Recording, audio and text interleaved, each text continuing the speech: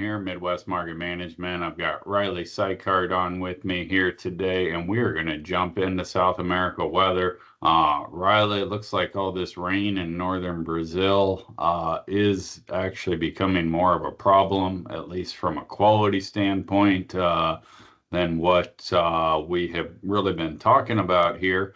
But warm weather and excessive moisture, not exactly ideal bean harvest weather. Yeah, sounds like there's been some reports of quality issues, but how big of an effect that'll have on total bushels and final yield, I guess I don't know. So with The that, one thing I do want to add to this is, some of the articles you're reading talk about, the elevators and exporters can't take the beans because the quality's too bad and they can't blend it and get to international standards. And thus, the only outlet for the farmer is to sell them at a huge discount to feeders or other buyers. Um, the moral of the story is quality issues, in my opinion, always get taken care of in the cash markets, and they rarely are a responsive tone in the futures market. And those beans will not be just lost and discarded. They will become feed or they will get used in some way, shape, or form that ultimately will reduce usage in another category later. So it's not, it's not ideal by any means, but they're not going to get dumped in the ocean and discarded. yep. So not a big futures market changer for the farmers that are getting affected by the poor quality. It's going to be rough for them on the cash side, but in terms of a national perspective, we're not going to see a big change.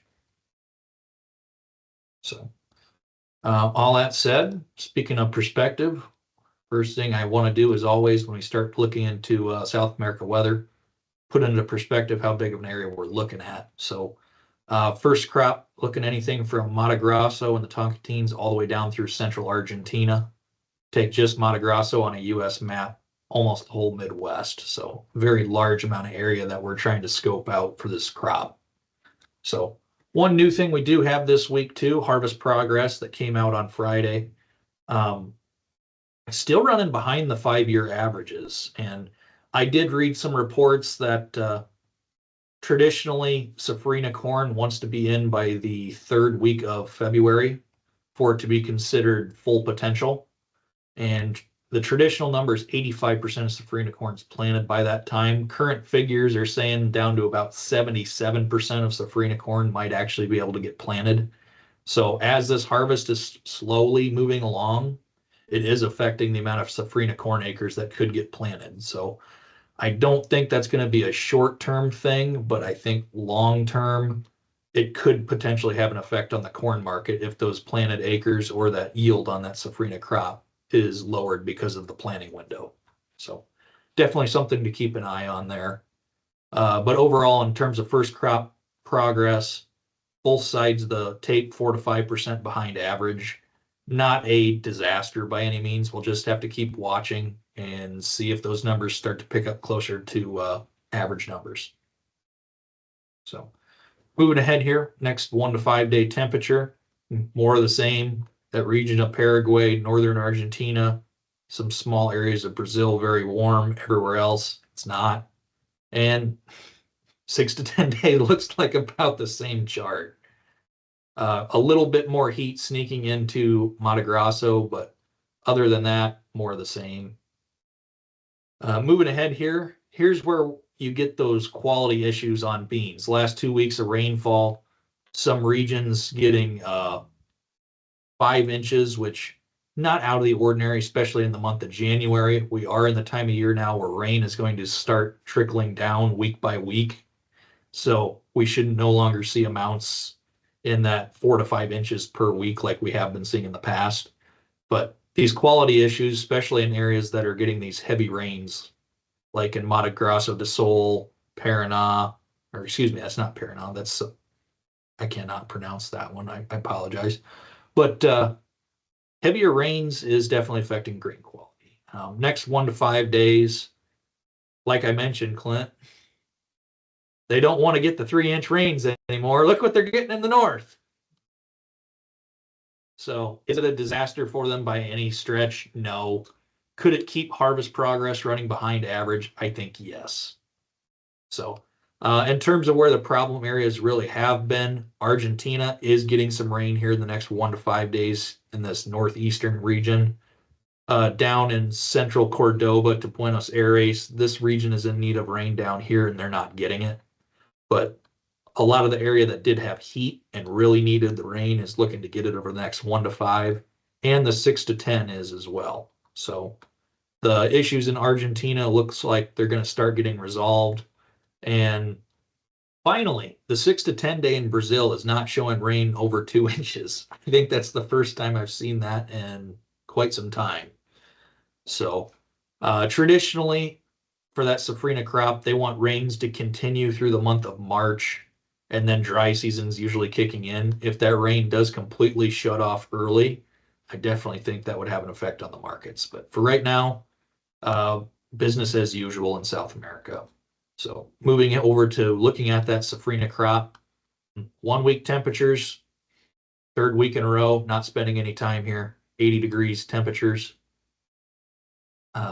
1 week precipitation, that region of Mato Grosso where they are heavily picking soybeans and planting Safrinha corn, getting that much rain is not a good thing for them right now. So we'll have to see if that is showing up on next week's harvest updates on progress and if Safrinha planting was running behind still as well. 1 week temperatures down straight south and Mato Grosso do Sul and Paraná. Mato Grosso do Sul does have some regions in the upper 80s. I wouldn't call that an issue by any means.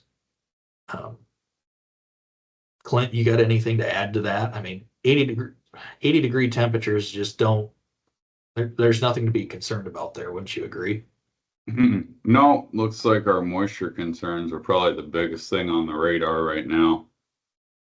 Yep. And with that said, there is enough rain in the mix to keep these regions sufficient. They're not like Mato Grosso to the north where they're just flooded out.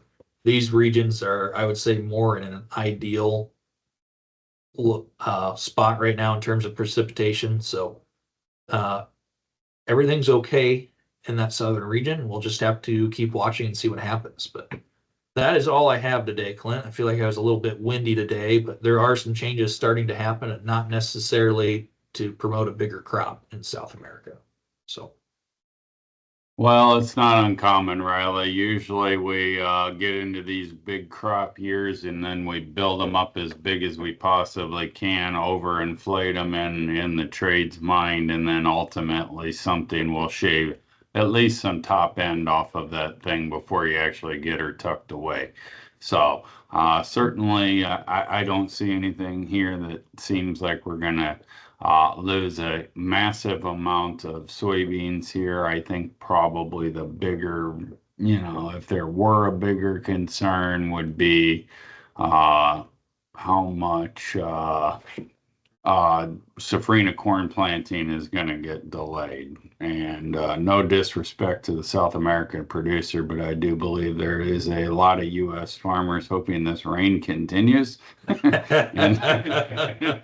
that they put less corn on the world stage. So with that, Riley, we will tune in on Thursday to see how the week's progressing. I appreciate you putting it together. Again, Riley Sykard, Clint McLaughlin, Midwest Market Management. Thanks a lot and have a great day. This material has been prepared by a sales or trading employee or agent of Midwest Market Management and is or is in the nature of a solicitation. This material is not a research report prepared by of Midwest Market Management Research Department. By accepting this communication, you agree that you are an experienced user of the futures markets, capable of making independent trading decisions, and agree that you are not and will not rely solely on this communication in making trading decisions. Distribution in some jurisdictions may be prohibited or restricted by law. Persons in possession of this communication indirectly should inform themselves about and observe any such prohibition or restrictions. To the extent that you have received this communication indirectly and solicitations are prohibited in your jurisdiction without registration, the market commentary in this communication should not be considered a solicitation. The risk of loss in trading futures and or options is substantial, and each investor and or trader must consider whether this is a suitable investment. Past performance, whether actual or indicated by simulated historical tests of strategies, is not indicative of future results. Trading advice is based on information taken from trades and statistical services and other sources that of Midwest Market Management believes are reliable. We do not guarantee that such information is accurate or complete, and it should not be relied upon as such. Trading advice reflects our good faith judgment at a specific time and is subject to change without notice. There is no guarantee that the advice we give will result in profitable trades.